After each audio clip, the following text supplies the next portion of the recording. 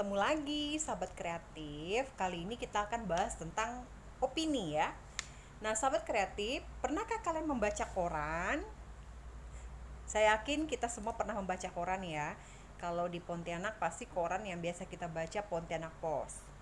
Itu di skala Kalbar. Ada juga koran yang berskala nasional Kompas ya. Nah, di dalam koran tersebut ada opini ya yang ditulis oleh seseorang. Nah, opini itu adalah tulisan yang berisi pendapat seseorang tentang suatu hal ya, tentunya hal-hal yang sedang hangat dibicarakan ya, isu-isu yang sedang booming ya, sedang populer pada saat ini ya. Nah, contohnya tentang COVID-19. Nah, ini adalah isu-isu yang sedang populer yang tentunya sangat terkini untuk dijadikan opini dalam sebuah ditulis dalam sebuah koran. Nah, mari kita explore ya tentang artikel populer. Jadi, artikel populer atau opini itu adalah tulisan yang berisi pendapat seseorang mengenai suatu permasalahan ya. Permasalahan yang hangat, permasalahan yang fenomenal, dan masalah yang aktual ya. Nah, ciri-ciri opini atau artikel populer adalah dia memiliki pengantar ya. Paragraf pertama itu pengantar. Pengantarnya berupa apa? Pengenalan isu. Pengenalan isu yang terjadi pada saat ini apa? Misalnya tentang penyebaran COVID-19 yang semakin hari semakin cepat. Nah, itu kan contoh ya pengenalan isu. Kemudian ada pro dan kontra. Pro dan kontra itu ada setuju dan tidak setuju. Bisa disertai dengan contoh, dengan peristiwa, dengan kutipan-kutipan pendapat para ahli, dengan peraturan-peraturan undang-undang, maupun yang lain-lainnya ya. Kemudian ada harapan-harapan kita atau solusi. Kemudian kita menyimpulkan ya. Nah, sahabat kreatif, sebelum kita membuat opini, sebaiknya kita membuat peta konsep. Peta konsep itu sama dengan jalan pikiran atau kerangka karangan. Mengapa kita harus membuat peta konsep atau kerangka karangan terlebih dahulu? Untuk memudahkan kita membuat sebuah karangan, sehingga karangan yang kita buat menjadi lebih fokus dan tidak terjadi pengulangan-pengulangan ide ya. Contohnya sebagai berikut sahabat kreatif. Nah, ini adalah contoh peta konsep. Pertama ada pengantar ya, pengantar pengenalan isu ya. Misalnya apa itu narkoba, mengapa narkoba merusak ya. Kemudian setelah pengantar ada pro kontra ya. Misalnya narkoba berguna sebagai obat dan sebagai sarana mencari nafkah. Nah, itu kan pro ya. Kontranya narkoba mengakibatkan stres. Kontranya lagi narkoba mengakibatkan keterpurukan. Kontra itu maksudnya sesuatu yang bertentangan ya. Di lain pihak menguntungkan, di lain pihak merugikan ya.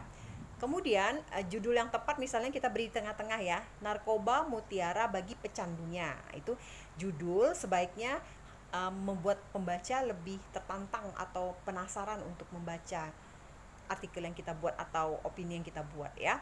Kemudian ada solusinya dengan melaksanakan sosialisasi tentang bahaya narkoba dan melakukan program rehabilitasi kepada para pecandu. Nah, itu solusi ya. Tadi kan ada solusi ya. Kemudian simpulan berisi tentang apa itu narkoba dan solusi yang dapat dilakukan untuk mengatasi peredaran narkoba. Nah, kalau dilihat peta konsep ini tentunya belum lengkap ya. Kenapa belum lengkap saya katakan? Karena tidak ada peraturan perundang-undangannya dan tidak ada contoh-contoh ya. Kita membahas sesuatu harus ada juga landasan-landasan dasarnya ya. Nah, coba kita lihat. Nah, ini adalah peta konsep. Kerangkanya kita kembangkan menjadi paragraf, jadilah seperti ini. Menjadi karangan jadilah seperti ini. Narkoba mutiara bagi pecandunya. Narkoba, siapa yang tidak mengenal narkoba? Pada era yang semakin modern ini, mencari narkoba tidaklah sesulit mencari pekerjaan. Narkoba merupakan candu bagi masyarakat. Narkoba yang merupakan singkatan dari narkotika, psikotropika, dan zat berbahaya lainnya. Narkotika terdiri dari banyak jenis yang sangat beragam. Keberagaman narkotika menyebabkan hal ini memiliki banyak manfaat ya, yang berbeda-beda. Narkoba memiliki manfaat apabila narkoba digunakan sesuai dengan aturan yang berlaku. Narkoba sebenarnya memiliki manfaat sebagai obat. Nah, ini adalah pengantarnya dulu ya. Kemudian, namun pada kenyataannya, nah ini sudah pro kontra ya. Keberadaan narkoba selalu disalahgunakan. Keberadaan narkoba yang seharusnya berdampak baik menjadi bumerang bagi masyarakat. Salah satu contoh dari keberadaan narkoba yang memiliki dampak positif yaitu digunakannya morfin sebagai obat pereda rasa sakit yang digunakan pada saat operasi. Oleh karena itu, penggunaan narkoba sangatlah harus dikondisikan. Bila digunakan dengan tepat, narkoba akan memiliki dampak positif. Sebaliknya, bila disalahgunakan, maka akan menjadi bumerang yang kemudian menjadi faktor perusak keadaan. Nah, itu sudah pro kontra ya. Kemudian bumerang narkoba, bumerang tanda tanya ya, berarti itu bertanya. Bumerang narkoba yang disalahgunakan akan merusak masa depan negara dan keamanan yang ada. Narkoba merusak masa depan. Masa depan seorang pecandu narkoba akan bergantung pada narkoba saja. Hal itu terjadi karena tanpa narkoba, para pecandu tersebut akan merasa stres. Bukan hanya menjadi stres, mereka bahkan sudah kehilangan kesadaran akan lingkungan tempat mereka berada. Kehidupan mereka hanya bergantung pada narkoba. Ketergantungan yang terjadi akan mengakibatkan mereka melakukan apapun asalkan bisa memperoleh narkoba. Nah, itu sudah contoh-contoh ya. Nah, memperoleh narkoba bagaikan memperoleh mutiara bagi para pecandunya. Mutiara atau keterpurukan. Bagi para pecandunya, memperoleh narkoba ibarat memperoleh mutiara. Namun, bagi orang awam, narkoba itu sebagai salah satu yang menyebabkan keterpurukan yang terjadi. Keterpurukan yang terjadi diakibatkan karena kurangnya sumber daya manusia yang mampu mengelola negara. Semakin banyak pecandu narkoba, semakin tidak merdeka suatu negara. Hal ini berarti suatu negara tidak merdeka dari serangan kebodohan akibat narkoba. Namun di sisi lain, narkoba dapat digunakan dalam dunia medis, ya. Jenis narkoba yang berbeda-beda mengakibatkan manfaat narkoba juga berbeda.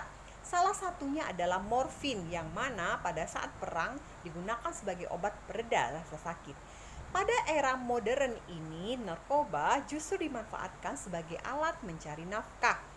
Bagi para pengedar narkoba, narkoba dipandang sebagai salah satu cara menambah penghasilan yang dapat dilakukan dengan cepat tanpa kerja keras, ya. Apakah narkoba dapat diatasi dengan cepat? Narkoba dapat diatasi dengan cara dilakukannya dengan melakukan sosialisasi anti narkoba yang dilakukan kepada para masyarakat yang belum tercemar oleh narkoba. Namun bagi para pecandunya dapat dilakukan dengan rehabilitasi. Rehabilitasi dilakukan dengan maksud agar pecandu tersebut melupakan kebiasaannya mengkonsumsi narkoba. Dari berbagai kasus yang ada ya, rehabilitasi mengurangi kebiasaan mereka untuk merusak masa depan mereka dengan mengkonsumsi narkoba dengan berbagai cara yang digunakan. Apabila mereka diberikan proses rehabilitasi, maka mereka akan secara perlahan menghilangkan kebiasaan buruk mereka dan mengganti kegiatan yang positif. Oleh karena itu, Anda harus menjadi pelopor generasi yang bebas akan narkoba. Siapa lagi kalau bukan kita? Apabila negara kita bebas dari narkoba, ada kemungkinan bahwa negara kita akan sejahtera. Adapun pro kontra yang berkaitan dengan narkoba, yang mana narkoba bisa menjadi pendapatan bagi mereka. Namun, narkoba juga menjadi bumerang bagi negara kita.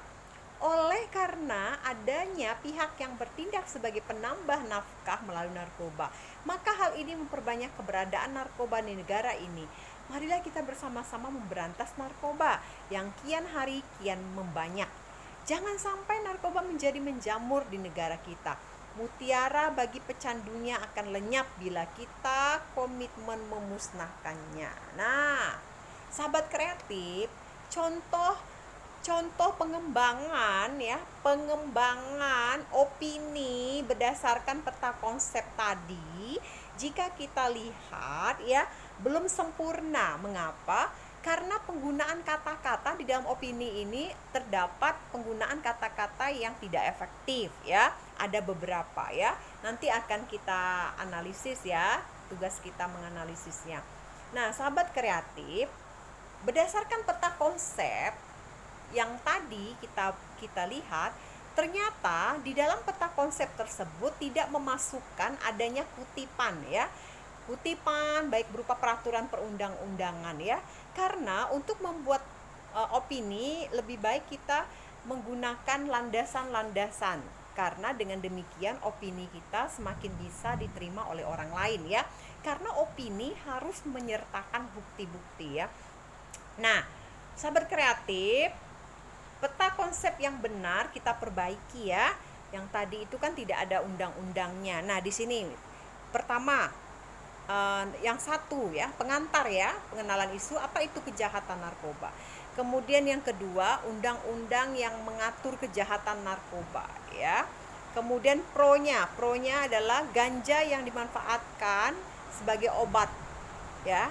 Kemudian kontranya narkoba ya. Narkoba itu berbahaya bagi kesehatan ya. Kemudian solusinya ya, upaya mencegah narkoba mengikuti penyuluhan tentang narkoba dan jangan menjadikan narkoba sebagai tempat pelarian ya. Dan bagi pecandu narkoba dapat direhabilitasi.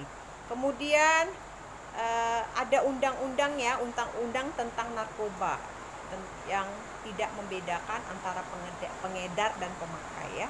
Kemudian kontranya, hukuman diberikan tidak menimbulkan efek jera bagi si pengguna ya.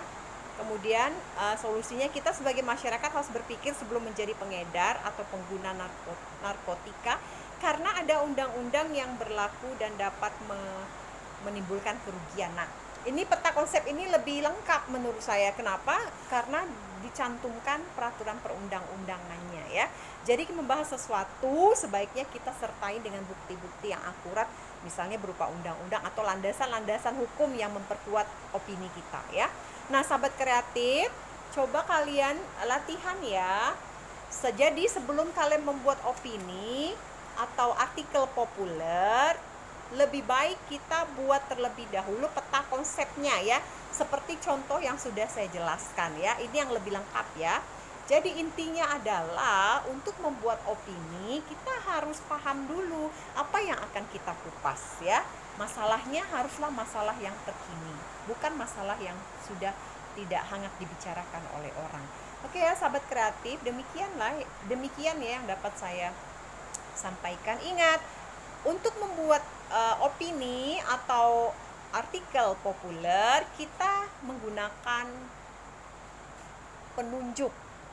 Contoh hal ini berdasarkan hal itu, ada sebab akibat ya. Disebabkan karena dikarenakan. Tadi contoh artikel tadi kita sudah lihat banyak menggunakan penunjuk, banyak menggunakan sebab akibat ya. Nah ya sahabat kreatif, nanti kita akan ketemu lagi pada pembelajaran berikutnya ya. Oke, sampai ketemu lagi. Sampai jumpa. Salam sehat. Selamat malam.